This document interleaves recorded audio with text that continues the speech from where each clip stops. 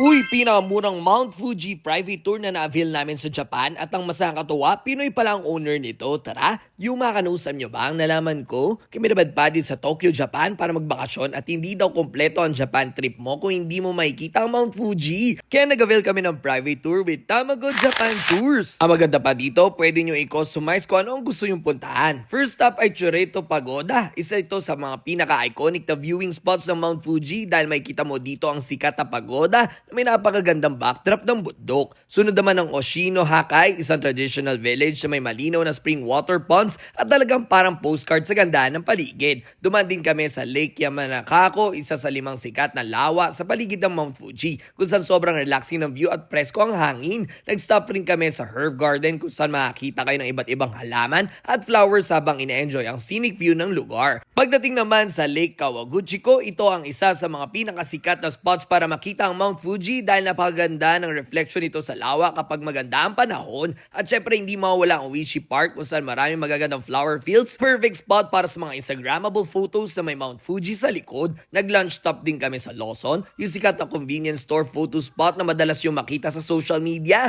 Dumaan din kami sa Naruto Village at pati na rin sa trending na Honcho Street na kilala sa postcard worthy view nito ng Mount Fuji sa dulo ng kalsada. Ang maganda pa rito, private tour na ito kaya mas komportable at hawak nyo ang oras nyo habang naglilibot. Ang pinakamababang rate nila para sa Mount Fuji tour ay nagsisimula sa 55,000 yen para sa 4 hanggang 6 na tao na yan ha. Meron din silang Tokyo tour na nagsisimula sa 50,000 yen at marami pang ibang tours at transfers na available depende sa itinerary na gusto nyo. Para sa hassle-free bookings, pwede nyo silang message sa WhatsApp, Facebook, and TikTok. At super na-enjoy din namin ang aming tour dahil sa kasama naming driver na si Kuya Watts. O ano pa hinintay nyo? Tara na at magtamago tours sa Japan. Let's go!